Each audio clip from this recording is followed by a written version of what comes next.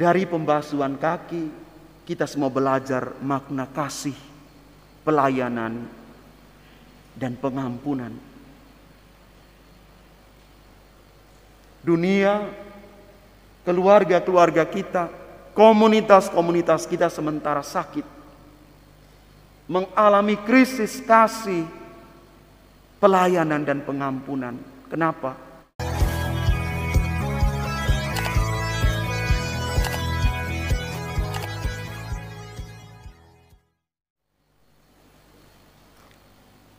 Hari Kamis Putih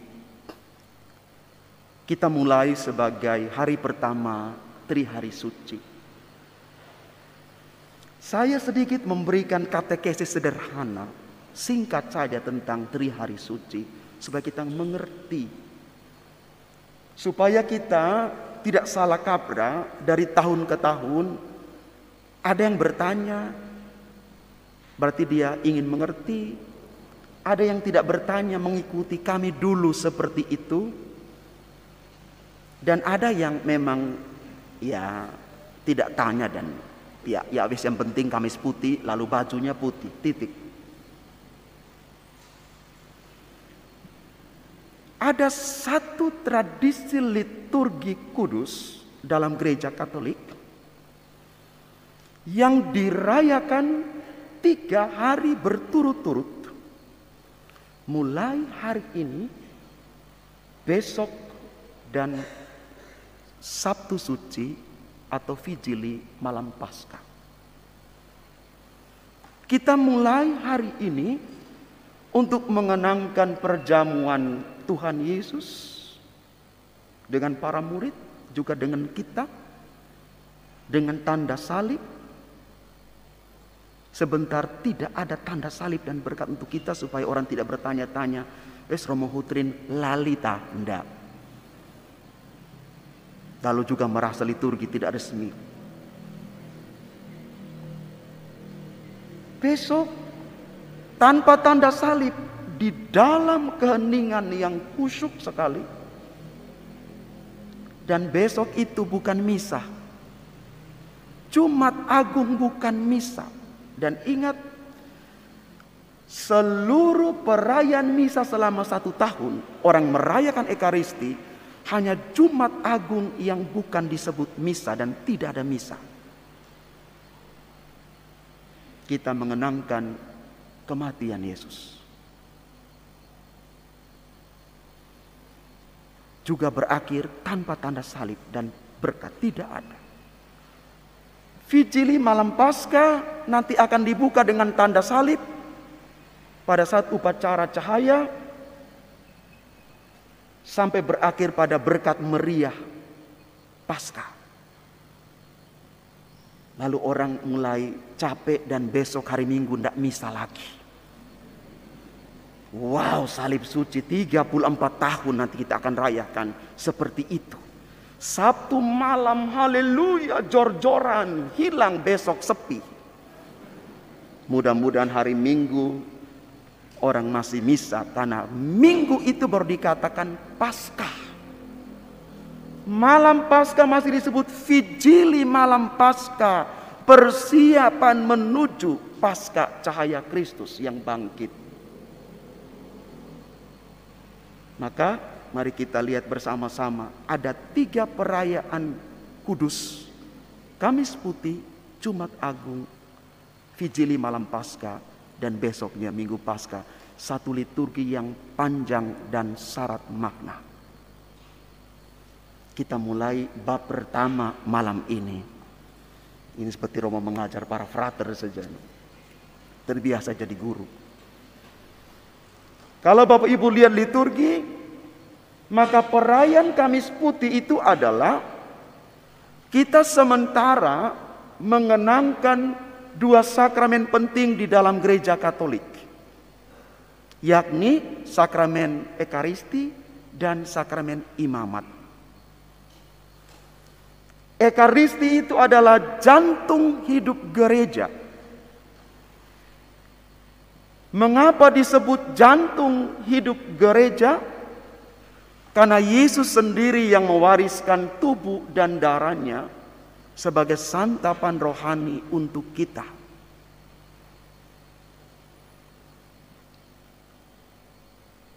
Dokumen resmi liturgi juga mengatakan Ekaristi adalah pusat dan puncak dari seluruh hidup iman kita. Dan sejarah membuktikan Ekaristi itu sangat penting untuk hidup beriman kita. Jadi Ekaristi itu adalah puncak perayaan iman umat. Karena itu diharapkan bahwa seluruh perayaan sakramen harus berpuncak di dalam Ekaristi Kudus. Puji Tuhan, tahun ini Kusupan Surabaya tampil beda. Diharapkan setelah itu gereja kita makin penuh, kembali kepada Ekaristi yang sesungguhnya. Dan yang kedua adalah sakramen imamat. Supaya Ekaristi itu terus dirayakan setelah Yesus itu meninggalkan para murid, maka Yesus membentuk yang namanya sakramen imamat. Maka ada sekian imam di seluruh dunia yang dipilih, dimeteraikan, ditabiskan menjadi imam Allah. Mereka dipilih dari umat Allah dan dikembalikan kepada umat Allah, tinggal bersama umat Allah untuk menjadi perpanjangan tangan Kristus. Imam-imam kita adalah alter Kristus, Kristus yang lain yang menghadirkan kembali misteri Ekaristi untuk umat sekalian di altar kudus. Kenapa para imam ini penting dalam sejarah gereja? Bapak Ibu, mari kita bayangkan, kita di paroki-paroki besar, di kota-kota besar, puji Tuhan, misa berjalan seperti biasa. Saya pernah bertugas di pedalaman Kalimantan Barat. Ada stasi kampung tertentu yang mungkin terima komuni 3-4 bulan sekali. Baru terima komuni kudus. Kerinduan mereka luar biasa. Kita, Bapak Ibu, mudah-mudahan semakin dipermudah, jarak tempuh makin dekat. Ada yang rumah yang paling dekat dengan gereja, yang paling terlambat dan tidak aktif. Saya tidak tahu ini apakah kutukan atau apa ya. Yang paling dekat dengan gereja selalu yang terakhir. Yang paling jauh selalu lebih awal. Mereka cek dulu, sudah lonceng keberapa itu yang. Ya, mudah-mudahan kita betul-betul mengalami kehadiran Kristus di dalam Ekaristi oleh para imam. Dan kami para imam pun, karena kami adalah alter Kristus, maka kami harus menyucikan diri kami supaya bisa menyucikan umat. Kami harus menjadi imam yang kudus supaya menguduskan umat, bukan menjadi imam yang kudis, kurang disiplin. Ini Kamis Putih, saya lebih banyak merenung, melihat imamat itu berbuat tidak untuk umat Allah yang dilayani. Dan perayaan agung malam ini akan ditandai juga oleh pembasuhan kaki. 12 rasul yang kita kenal sudah tidak hadir lagi di sini. Kita mengenangkan kembali 12 bapak yang hadir di sini. Rasul-rasul laki-laki semua. Bapak Paus beberapa tahun lalu membasuh kaki bukan laki-laki, tetapi seorang ibu, dan mencium kaki ibu itu. Media massa dunia pro kontra dengan tindakan itu. Tapi itulah tindakan yang Yesus lakukan, luar biasa. Pembasuhan kaki hanya dilakukan oleh orang-orang Mereka yang disebut hamba, para budak, para pelayan. Tetapi Yesus turun membasuh kaki para murid. Di dalam Injil dikatakan begini, jikalau aku, guru dan Tuhanmu, membasuh kakimu, maka kamu pun harus saling membasuh kaki satu sama lain. Pembasuhan kaki membuktikan kerendahan hati dan cinta yang total, cinta agape dari Yesus. Bapak, Ibu, Saudara dan Saudari yang terkasih, apa pesan firman Tuhan hari ini untuk kita? Dari pembasuhan kaki, kita semua belajar makna kasih, pelayanan, dan pengampunan.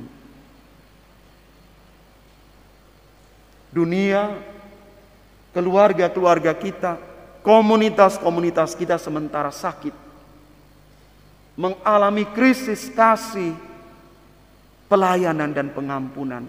Kenapa? Orang masih sombong, angkuhnya minta ampun, egois, ingat diri, gengsinya tinggi, selalu untung rugi yang dikedepankan. Maka dia tidak bisa mengasihi, dia sulit melayani, apalagi mengampuni. Bapak, Ibu, Saudara dan Saudari yang terkasih, keluarga-keluarga kita sementara sakit, bahkan mungkin stadium akhir, karena krisis-krisis ini terjadi dalam keluarga-keluarga kita. Ada orang yang hidup tanpa pengampunan.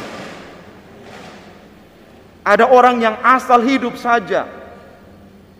Suami jalan sendiri, istri jalan sendiri, anak-anak atur sendiri. Lalu mereka mengatakan, kami adalah keluarga Katolik. Pertanyaan sederhana untuk kita. Masih ada kasih, semangat pelayanan, dan juga pengampunan di antara kita satu sama lain? Di dalam keluarga-keluarga Bapak Ibu? Malam ini menjadi malam kita merenung bersama. Karena tanpa pelayanan dan kerendahan hati tidak mungkin ada cinta kasih yang sejati. Dan di dalamnya pasti ada pengampunan dan pengorbanan. Kenapa? Karena Yesus sudah buktikan itu untuk kita. Dia minta kita untuk saling membasuh kaki satu sama lain. Tuhan Yesus memberkati kita sekalian. Amin.